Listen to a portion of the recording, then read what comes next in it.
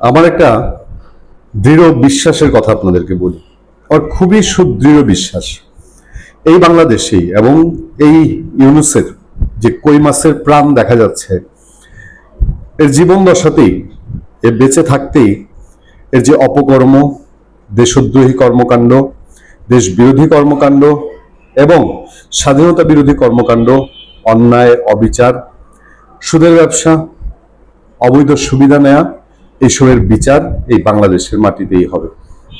ইউনুস দেশ বিদেশে পালিয়ে থাকতে পারে, বাংলাদেশ থেকে পালিয়ে চলে যেতে পারে, কিন্তু বিচারের মুখোমুখি তাকে হতেই হবে। এটা আমার খুবই দৃঢ় বিশ্বাস। একই সঙ্গে আরো একটা দৃঢ় বিশ্বাস আছে। সে বিশ্বাসটা ইউনুস যে গোলামি চুক্তি করে গেছে আমেরিকার সাথে, ব্রিটিশ গোলামি ভাঙতে আমাদের 200 বছর লেগেছিল ঠিক, কিন্তু সেই 200 বছর আগের পৃথিবী তো এখন নাই। ফলে এই গোলামি চুক্তি যতই শক্তিশালী ভাবে করে থাকুক, এই বাংলাদেশে খুব দ্রুতই সরকারের বোধোদয় হবে, জনগণের চাপ তৈরি হবে এবং এই গোলামি চুক্তির বাইরে বাংলাদেশ নিজে থেকেই আসবে। ইউনুসের রাজত্ব কেউ কল্পনা করেনি, কেউ ভেবেছিল, আমরা অনেক সময় ভেবেছিলাম যেভাবে এই সরকার ইউনুসের সাথে বোঝাপড়া করেছে, তার নিরাপত্তা উপদেষ্টা খলিলুর রহমানকে পররাষ্ট্রমন্ত্রী বানিয়েছে, ইউনুসকেও কিনা বাংলাদেশের রাষ্ট্রপতি বানিয়ে বসে। কিন্তু আস্তে আস্তে আমি বলেছিলাম না যে ইউনুস এত বেশি পাপ করে গেছে, এই সরকার চাইলেও এই পাপের বোঝা টানতে পারবে না। ইউনুসের পাপের এত ভার যে সরকারকে বাধ্য হতে হবে ইউনুস এবং এর লোকজনকে বিরুদ্ধে কিছু না কিছু ব্যবস্থা নিতে। ইউনুস ক্ষমতা ছাড়ার আগে তড়িঘড়ি করে নিজেকে নিজে ভিভিআইপি ঘোষণা করেছে। বাংলাদেশের সর্বোচ্চ নিরাপত্তা ব্যবস্থা সে তার জন্য নিয়েছে মবকে ভয় পেয়ে।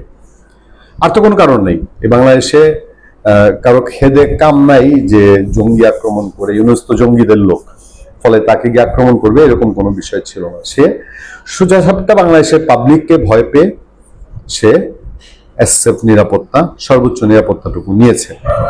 এই নিরাপত্তায় তারেক রহমান প্রথম বোধহয় ইউনুসের স্বার্থে, ইউনুসের খায় এসে একটা টান দিল। আপনারা দেখেন চিন্তা করে, জেরাই খান পান্না সিনিয়র আইনজীবী, জ্যেষ্ঠ আইনজীবী, তার মতো মানুষ ক্ষোভের সাথে বলতে হচ্ছে যে ইউনুস মবের শিকার হবে। এটা কতটা ক্ষোভের বইটে। জেরাই খান পান্না নিশ্চয়ই মব প্যাট্রোনাইজ করে বা মব গুছিয়ে নিয়ে ইউনুসের উপরে জাহির করতো না। এটা তার ভেতরকার জ্বালা সে বলেছে। এবং এই শোয়ের মধ্যে এই খবরটা যখন আসে, নিশ্চয়ই খবরটা বাংলাদেশের মানুষকে সুখ দেয়। আমি এখন পর্যন্ত এমন কোনো মানুষ পাইনি, এমন কোনো লোক পাইনি সকাল থেকে খবরটা ছড়ানোর পরে বলেছে যে আহা, তারেক রহমান কাজটা খুব খারাপ করলো, বিএনপি সরকার কাজটা খুব খারাপ করলো, ইউনুসের ভিভিআইপি এক লাফে অর্ধেকে নামায় নিয়ে আসছে, এখন সে হাফ ভিআইপি। এই হাফ ভিআইপির খবরটা হচ্ছে এরকম যে ইউনুসের ভিভিআইপি মর্যাদা 6 মাস কমলো। 10 আগস্ট পর্যন্ত এসএসএফ নিরাপত্তা। এর আগে এটা ছিল 1 বছরের, সে ক্ষমতা ছাড়ার পরে 1 বছর ভিভিআইপি মর্যাদা পেত, এখন এটাকে কমিয়ে 6 মাস করা হয়েছে। সাবেক অন্তর্বর্তী সরকারের প্রধান উপদেষ্টা অধ্যাপক মোহাম্মদ ইউনুসকে ভেরি ভেরি ইম্পর্টেন্ট পারসন বা ভিভিআইপি মর্যাদার মেয়াদ 6 মাস কমানো হয়েছে। সেই হিসেবে আগামী 10 আগস্টের পর তিনি আর এ মর্যাদা পাবেন না। এরপর থেকে তাকে বাংলাদেশের একজন সাধারণ নাগরিকের মতোই চলতে হবে। সরকারের উচ্চ পর্যায়ের একাধিক সূত্র বিষয়টি নিশ্চিত করেছে। প্রধানমন্ত্রী কার্যালয়ের নাম প্রকাশে অনিচ্ছুক একাধিক কর্মকর্তা, তারা বলছেন ডক্টর মোহাম্মদ ইউনুসের ভিভিআইপি মর্যাদার মেয়াদ 1 বছরের জায়গায় 6 মাস করা হয়েছে, ফলে তিনি 10 আগস্টের পর আর ভিভিআইপি নিরাপত্তা পাবেন না। সাবেক অন্তর্বর্তী সরকারের প্রধান উপদেষ্টা অধ্যাপক মোহাম্মদ ইউনুস ক্ষমতা ছাড়ার মাত্র কয়েকদিন আগে নিজেকে অতি গুরুত্বপূর্ণ ব্যক্তি হিসেবে ঘোষণা দেন। ত্রয়োদশ জাতীয় সংসদ নির্বাচনের মাত্র 2 দিন আগে 10 ফেব্রুয়ারি এই সংক্রান্ত গেজেট জারি করা হয়। 12 ফেব্রুয়ারি নির্বাচন হয়েছে আর 10 ফেব্রুয়ারি গেজেটটা জারি করা হয়েছিল। তবে সেটি এখন বাংলাদেশ সরকারি মুদ্রণালয় বিজি প্রেস ওয়েবসাইটে নেই। সাধারণত সরকারের সব গেজেটেই এই ওয়েবসাইটে প্রকাশ করা হয়, পুরনো সব গেজেটও এখানে পাওয়া যায়। তখনকার প্রধান উপদেষ্টা কার্যালয়ের সচিব মোহাম্মদ সাইফুল্লাহ পান্না সই করা প্রজ্ঞাপনে বলা হয়েছিল সরকার বিশেষ নিরাপত্তা বাহিনী আইনের ক্ষমতা বলে অন্তর্বর্তী সরকারের প্রধান উপদেষ্টা অধ্যাপক মোহাম্মদ ইউনূসকে তার দায়িত্ব হস্তান্তরের তারিখ থেকে 1 বছরের জন্য অতি গুরুত্বপূর্ণ ব্যক্তি হিসেবে ঘোষণা করেছে। এর ফলে অন্তর্বর্তী সরকারের সাময়িক করা রাষ্ট্রপতি, প্রধানমন্ত্রী বা প্রধান উপদেষ্টা ও অতি গুরুত্বপূর্ণ ব্যক্তির নিরাপত্তা বিধিমালা 2025 অনুযায়ী ডক্টর ইউনূস দায়িত্ব ছাড়ার পর থেকে এসএসএফ এর নিরাপত্তা সুবিধা পাচ্ছেন। একজন ভিভিআইপি হিসাবে তার বাসভবন ও কর্মস্থলে দায়িত্ব পালন করেছেন এসএসএফ সদস্যরা। তার উপস্থিতিতে আয়োজিত সব অনুষ্ঠানে নিরাপত্তা তল্লাশি থাকে এবং দেশে বিদেশে ভ্রমণের সময় পররাষ্ট্র মন্ত্রণালয় ও দূতাবাসের সমন্বয়ে নিরাপত্তা নিশ্চিত করা হচ্ছে।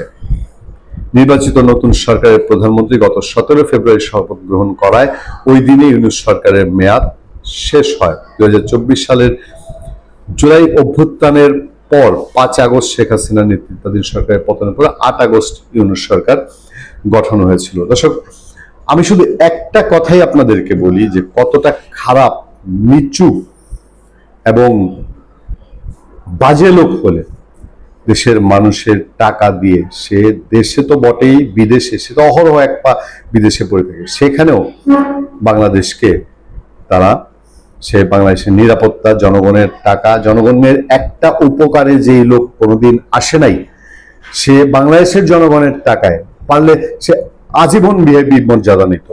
আমি জানি না এখনো জামাতে ইসলামী, এনসিপি বা ওই কথিত জুলাইয়ের সোনার ছেলেরা তারা এখনো কি তাকে সেই স্বপ্নই দেখাচ্ছে কিনা। কারণ আমরা বলেছি যে ইউনূস তার খেলা শেষ করে নাই। ইউনূস এখনো খেলে যাচ্ছে, ভবিষ্যতে যতদিন বেঁচে আছে ততদিন সে বাংলাদেশকে নিয়ে খেলার চেষ্টা করবে। এটা তার সোনার ডিম পাড়া হাঁস, এটাকে সে দেশ বিদেশে বিক্রি করবে, সে নিজে নিজে ফুলে ফেঁপে উঠবে, তার এনজিও ফুলে ফেঁপে উঠবে এবং এক পা কবরে গেলে পরেও ইউনূস এই দেশকে নিয়ে, এই দেশের সাধারণ মানুষ, খেটে খাওয়া মানুষ, গরিবকে নিয়ে ব্যবসা সে থামাবে না বলেই সে ক্ষমতা ছাড়ার পরেও এই ধরনের নেক্কারজনক নিকৃষ্টতম আইন করে গিয়েছিল, ব্যবস্থা করে গিয়েছিল, যেন মানুষের ক্ষোভ। দেখেন এই দেশে কত মির্জাফর তৈরি হতে পারে, কত বড় বড় মির্জাফর তৈরি হতে পারে, এর প্রমাণ এই ইউনূস দেশটার এত বড় সর্বনাশ করে গেছে। এখনো এনসিপির নাহিদ ইসলাম সে আহ্বান জানায় ইউনূস কেন গিয়ে বসে আছে ঘরে, তাকে রাস্তায় নামতে। সেই কি জুলাই সনদ, ওই যে জুলাই সনদ, গণভোট, এগুলো বিএনপি সরকার তাদের ইচ্ছা মতো, নাহিদদের ইচ্ছা মতো, জামাতের ইচ্ছা মতো বাস্তবায়ন করছে না। বাংলাদেশের মুক্তিযুদ্ধের গলা টিপে ধরছে না, বাংলাদেশের 72-এর সংবিধানের গলা টিপে ধরছে না। সেই জন্য ইউনূসকে এখনো রাস্তায় আসার আহ্বান জানায়। কতটুকু এই দেশের প্রতি বিতৃষ্ণা থাকলে আর পরের কাছে বিক্রি হয়ে গেলে এরকম করতে পারে। ভালো থাকবেন, সুস্থ থাকবেন। আপনাদের সাথে আমি আতিক রহমান, পুরুলিয়া।